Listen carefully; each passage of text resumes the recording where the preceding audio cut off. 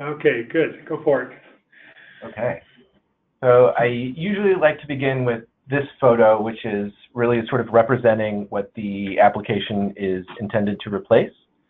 So this is a typical closing room in a law firm. It's a physical space filled with tons of folders and tons of documents. And it demonstrates how attorneys are currently closing transactions. So they make an index of all the documents necessary in order to finish a deal. They then get a folder for each of those documents and arrange them according to the index. They print out the final copy of the document in a paper form and put it inside the folder.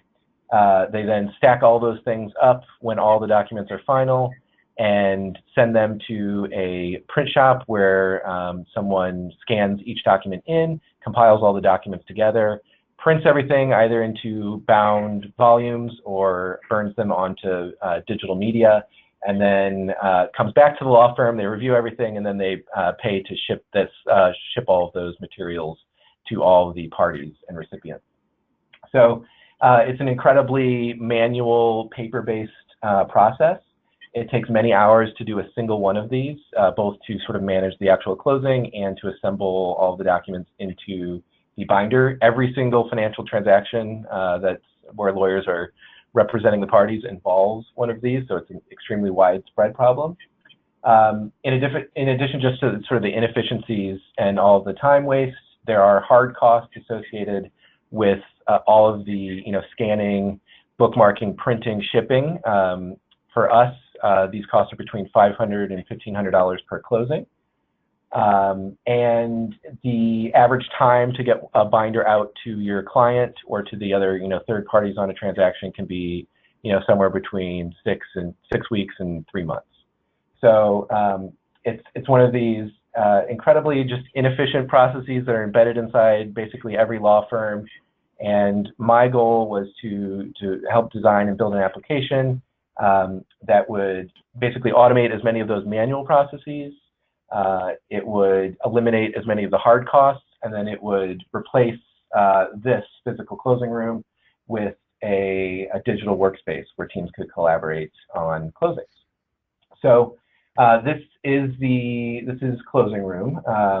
We've set up a special demo site with no client information, so this is not the production version that's currently in operation at my firm. When a user logs in, they see a list of all of their deals here on the left. Each one of these is a different deal. It's the title of the closing set, and then some matter information. So you'll get the client, the matter. We've made a column for a status of each deal. This column indicates whether you've assembled a closing binder, which I'll get into in a little bit, and then the activity column. So the sets that have been on work most recently rise to the top here, and you can see who's performed the last edit. So we have some users where they'll log in and it'll look like this because they have 15 or 20 deals. We have other users that have had several hundred deals. And what this is intended to do is to basically act as a single source, as a library, basically for all users to get quick access to all their final deal documents. So another problem, beyond just a closing that attorneys deal with is locating those final documents. They're in printed form, they're on a DVD, they're on NetDocs, they're on their local computer, they're all over the place. And so this is really just intended to be the library where everybody can quickly come in, find their deal, and find the relevant documents. So you can perform different sorts. You can sort by any of the column headers. Again, by default, the most recent ones rise to the top. You can filter by any of the attributes. So if I just want to see deals that I've worked on for a certain client, or I just want to see deals that have a certain status, I can quickly find those. You can locate all your bookmark deals. So these, just are sort of another special layer that users can use to highlight certain deals that they want to focus on. Just by clicking the little bookmark icon, you can search for closing sets across the entire corpus really quickly with the search. And then from this main screen, really, the goal is just to find and locate that closing set. So beyond those actions, the only other thing users can do would be to create a new closing set, which can either be a new one from scratch or a clone of an existing closing set. And then we just have these little icons up here. This announces new updates to our users. This provides help documentation to all the users. And then this is just where they can log out. So looking at an individual closing set, you can see it's an outline-based list of all the documents currently that are finalized for transaction. So this basically replaces that folder structure that you would see in a physical closing room. And one important facet, because there are some other products on the market that do some overlapping functions, is that we've made it really customizable in terms of the outline format and the numbering schema. This differs deal by deal and transaction by transaction. So certain types of deals, like a asset securitization, will be numbered one way. A commercial lending transaction will be numbered a different way.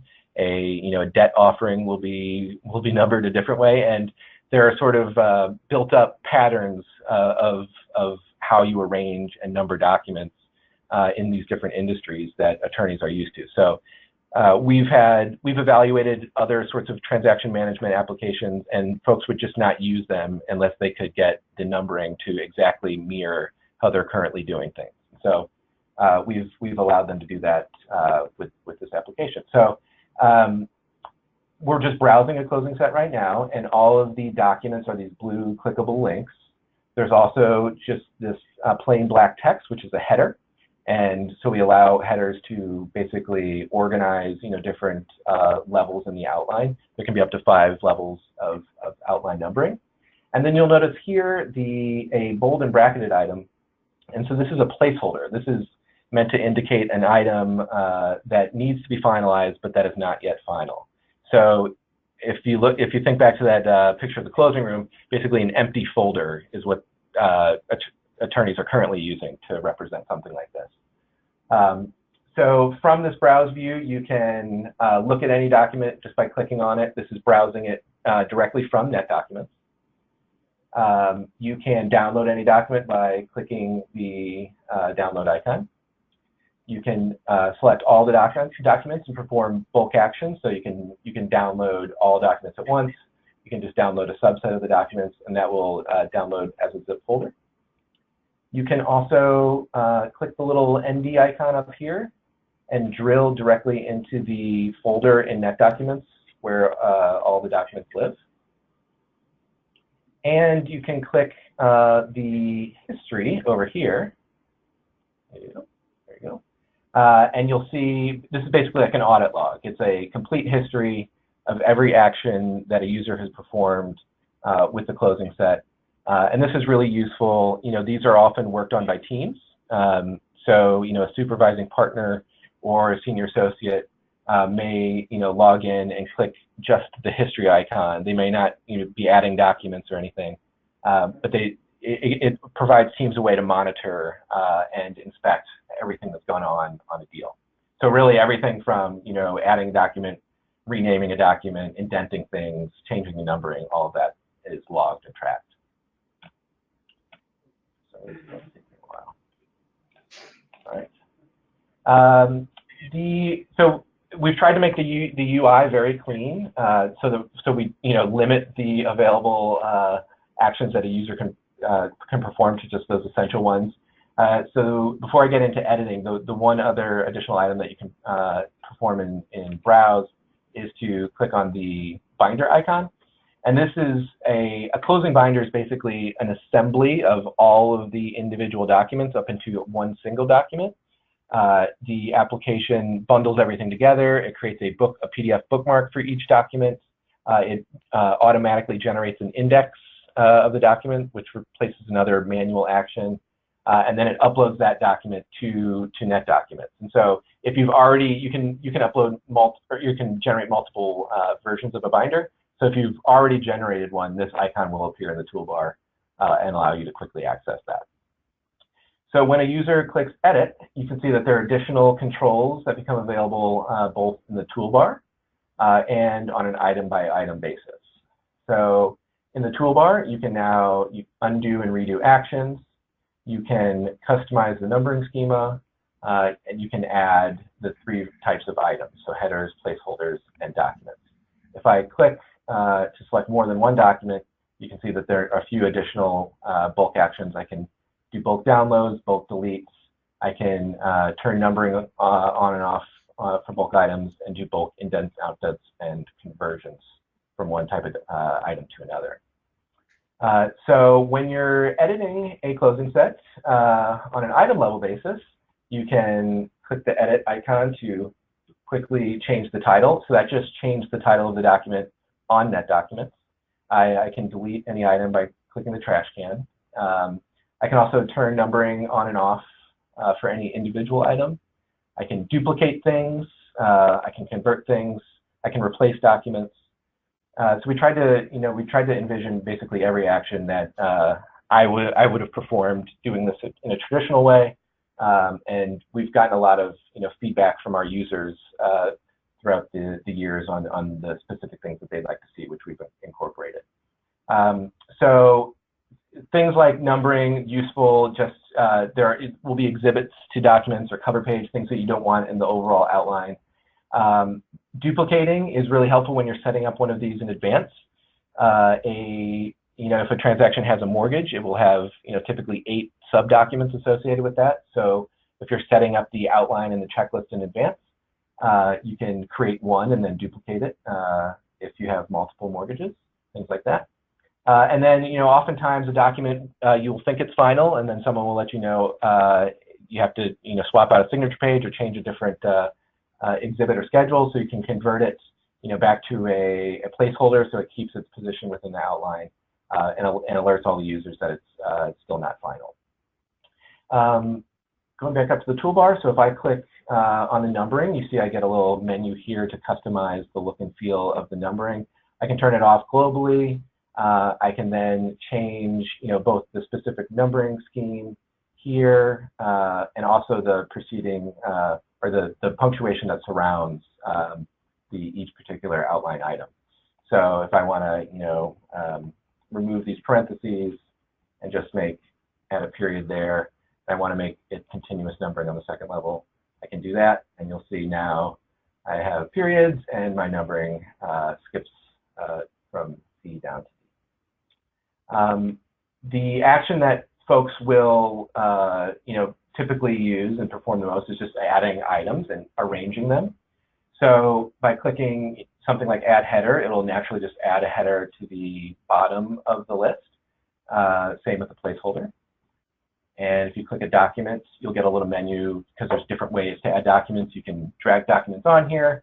I can select local documents, which will open up a browse window. I can also search NetDocuments, which will go and find all of the PDFs for a particular matter and allow me to add them with a click there. And we also made it so you can drag these items directly into the outline. It's one of those sort of hidden functions that most users maybe don't even know about. But I can take a header and even just indent it exactly where I want it to go and add it to the outline. So we wanted to make it really easy to set up these outlines in advance. The most common action is to add documents, and so I think the most common way is actually just to drag things directly in.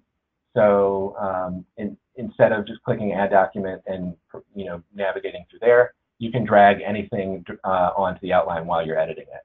So I can drag a document onto a placeholder, and it will take the name of the placeholder and upload that automatically to NetDocuments. I can drag a document into the outline on top of another document, and it will replace it. It'll give me a little dialog noting that. I can also add it just in between other documents to put it exactly where I need it. And I can even add entire folders of documents. So I can drag this notes folder in. You'll see that it's going to add all 4 documents, and it took the subfolders that I had on my local computer and created headers for those directly in the outline. So once items are in the outline, you can drag them around as needed. So I can indent and outdent. I can completely move entire groups of documents and reorder them as necessary. So typically there are two use cases for this. People will set up an entire document checklist at the beginning of a transaction and then add the documents as they become finalized. And in that use case, it's really important, to be able to add things around, edit titles, things like that. And then the other use case is people will have a folder on their computer of documents that are already final, and then just dragging them all in at once and arranging them to create the final outline. So once all the documents are final and everything looks as it should, the user can come up here and click Generate. They then have the option to include a cover page with the binder to automatically generate an index page, and then to add a comment to the particular version of the binder. So oftentimes folks will create multiple distributions of these things. They will include certain confidential documents that will just go to their client, and then they'll remove those for the binders that will go to the other third parties. And so we've added the ability to create multiple binders and then to denote specifics of what was included or not. So when I click Generate, the application puts all the documents together, orders them correctly, automatically generates the index page, creates a bookmark for every document, and puts the cover page at the top, and then uploads that document to the same folder on NetDocs. So to show you what one of those looks like, I will download it here.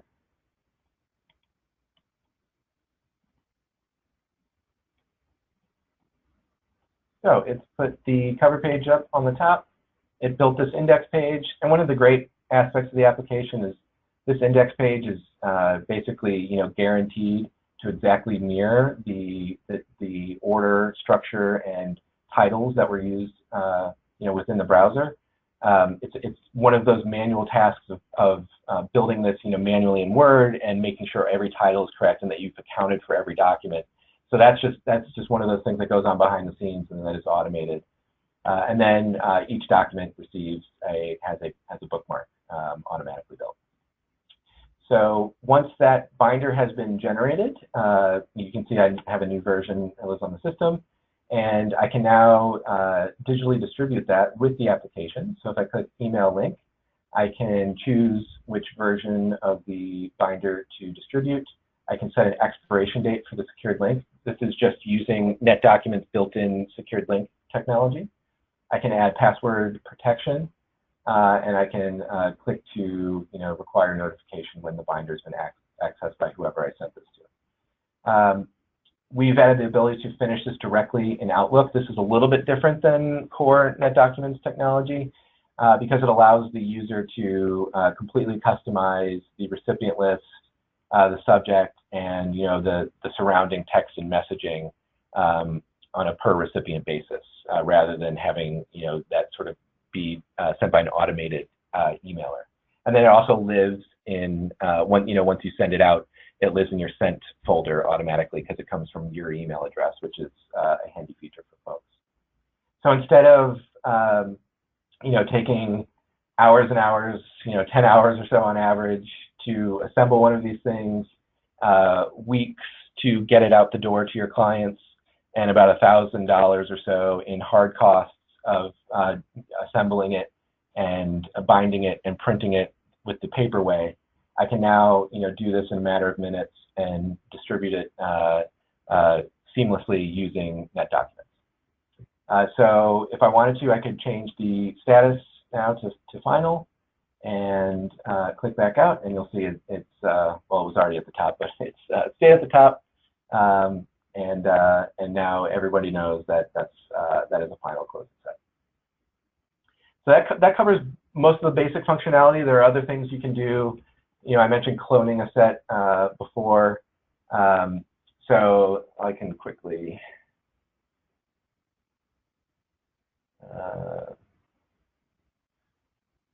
create one here. So we've made it really easy to create one. I think it'll be a little bit different for the ultimate end users, just because we've hard-coded some things based upon the way our workspaces and cabinets are set up.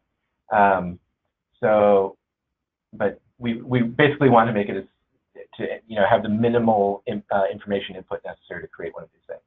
So if I say I'm going to clone that closing set that I just created, and I'm going to replace the documents with placeholders, that will allow me to basically just copy the structure and the titles and the numbers of documents, as you see here, and everything is now just a placeholder. So many deals in the transactional space mirror one another, and they start to resemble one another. So if you've done one tender option bond deal, the next one's going to look pretty similar. It's going to have the same documents with the same titles, a few different parties, and maybe a few extra bells and whistles. But this allows you to get a head start and basically create templates for your different transaction types, and have all the structure and everything built in. And so now the task is just adding documents as they become final. So I would say most of the closing sets that we do, I think the majority originate as templates, especially for our high volume practices. On that note, we've launched this, basically it was 2 years ago in September, so a little over 2 years. We just crossed 5,400 closing sets that we've done as a firm. I believe that's over 2,400 different matters. So it's become basically the operating system of our deal teams here, and a variety of different users. We have partners use it to do the work by themselves. We have associates use it in coordination with teams of paralegals, and we have administrative assistants who will set up the initial checklist, make sure the documents are final, and then ultimately we'll do the binder distributions. So a range of different users. Given that we've done so many of these, we've gotten great feedback from our users, which allowed us to build it so that it works basically across any type of deal, and has the right mix of features and simple interface. So I think that's most of it. Any specific questions?